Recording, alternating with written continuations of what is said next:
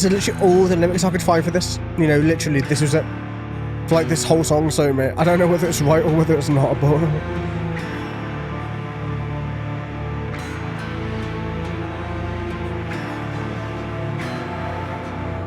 we will see that. It looks like it's an instrumental to it's only 2 minutes long, so. Or instrumentally.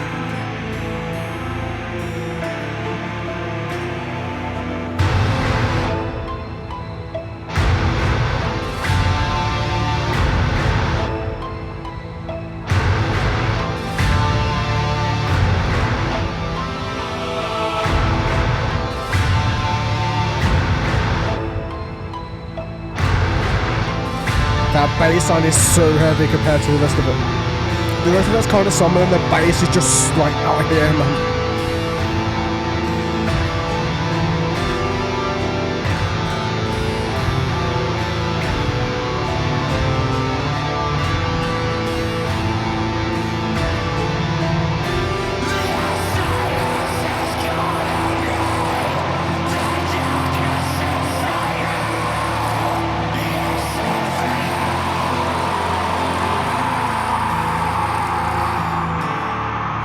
Maybe that is all the lyrics, man. You never know.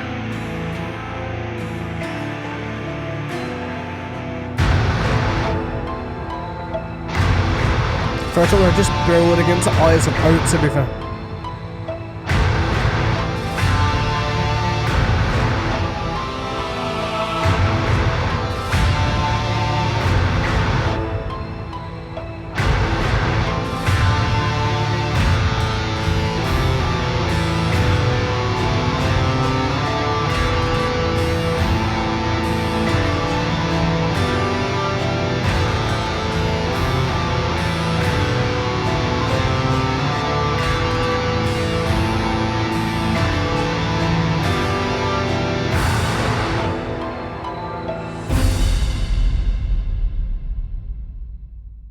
That's true.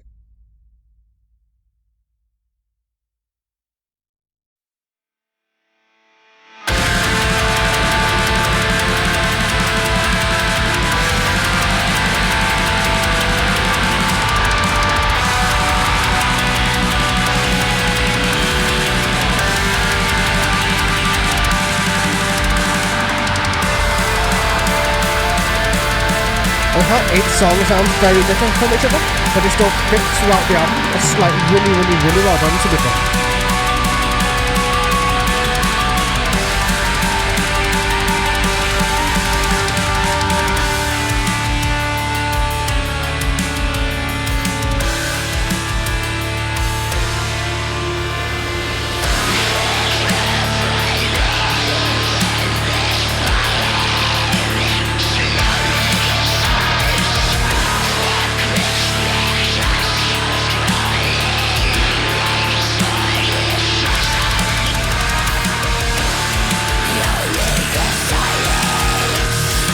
This is proper black metal right now, man.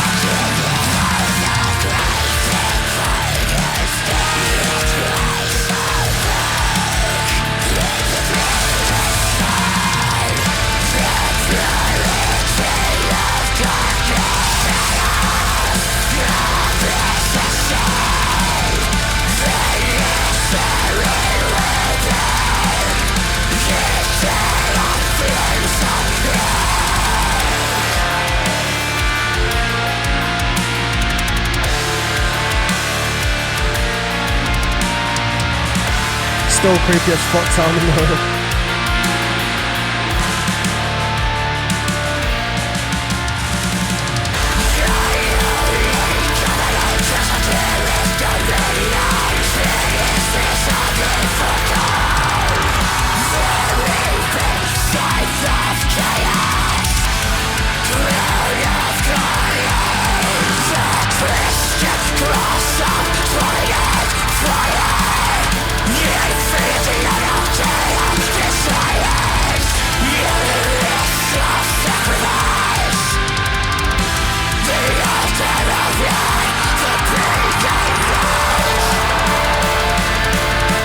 Boy, man, that was beautiful. That build up and everything was just perfect, to be fair with you.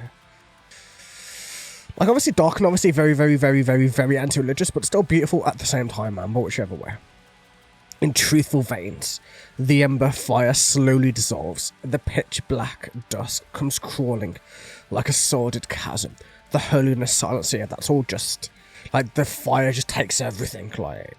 The tongue of lies will rot in the mouth of Christ, so yeah. Basically calling that Christ was a lie, he was burned for whichever reason that... But the burning, I don't think is from his death, the burning is from burning in hell. Like, the final stare into the eyes of oak and the flames stand tall. I don't remember, did they burn Christ at the cross? I know they crucified him, I don't know whether they burned him, but... I'm not too sure of that one, actually. The purity of darkness, shadows of Azazel.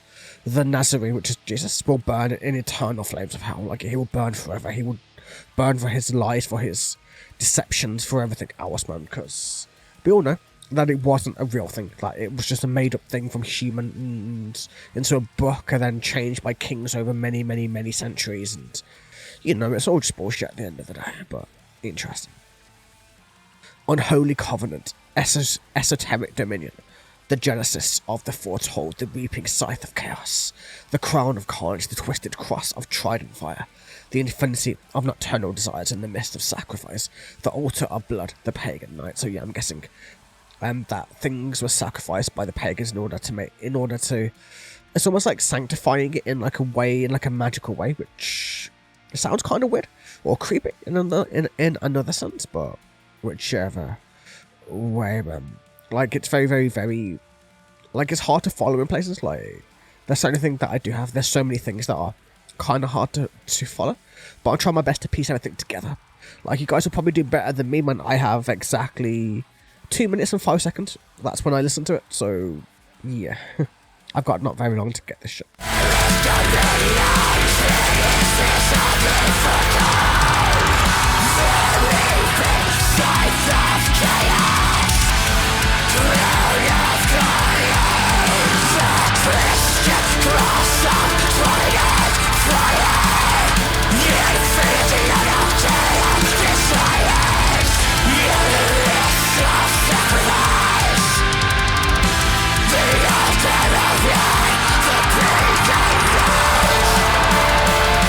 I love this, man. This is so cool. Sounds so nice and happy and bright.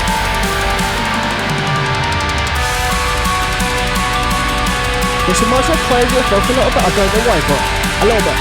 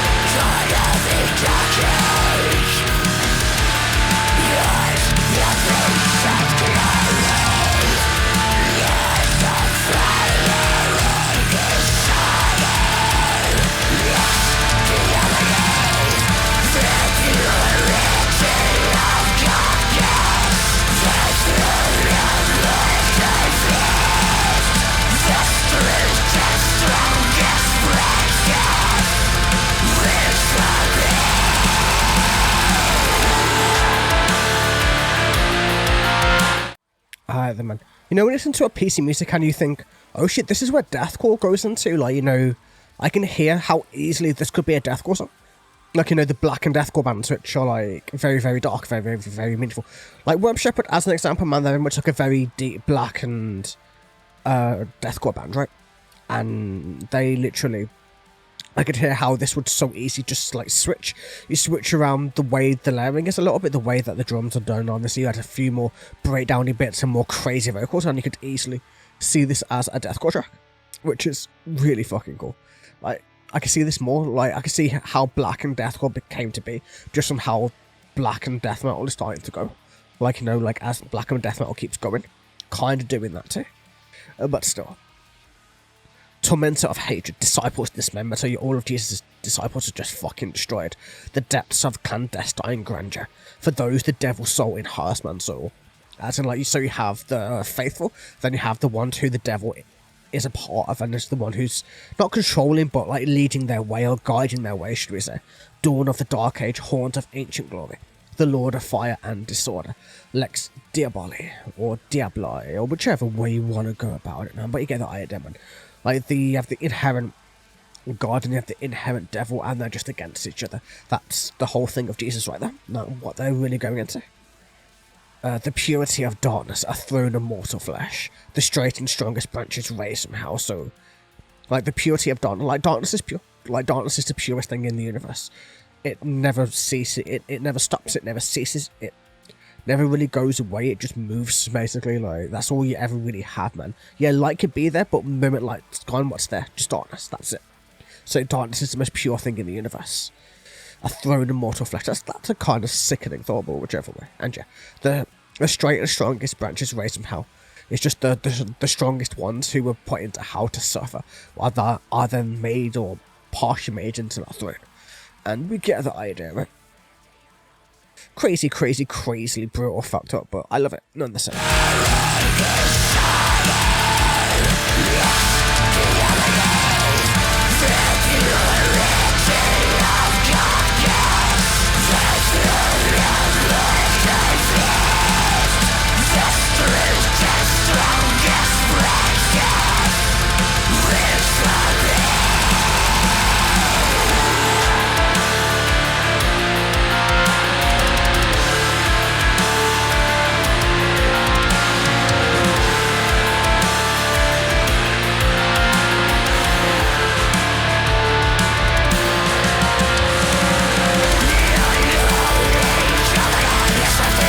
You're golden almonds.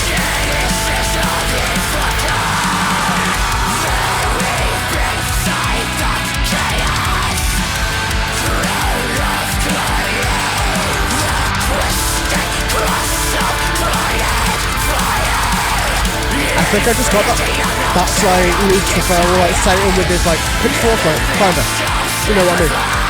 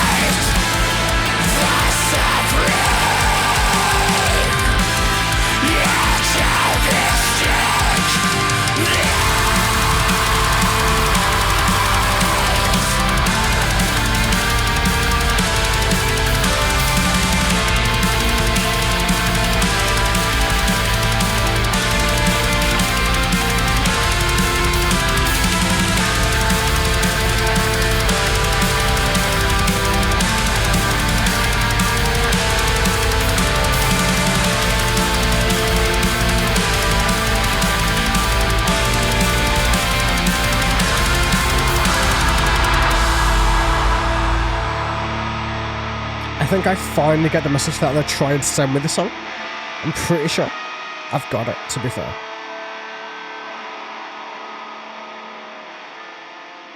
But we'll jump into that in just a second.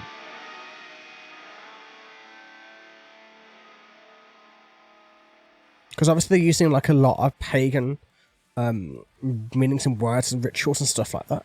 It means that the Eye of Oak is the way of saying that nature's looking onto the flames, looking at it in a good way, that people were using things like a made-up religion over having their thanks to nature, and nature was watching over them. And the burning and the blasphemers in nature's eyes are going away, which is a good thing. And which is what I'm assuming they're trying to go towards. As obviously, paganism is very much a thing about nature, very much about nature and being one with nature, and obviously there's magic in there and lots of other stuff as well. But I'm not the most into it, but I know parts about it.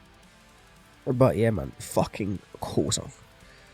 Like, all these songs have been fucking amazing, to be fair. This album is going by way too quickly, but it's what you get when you have good fucking music.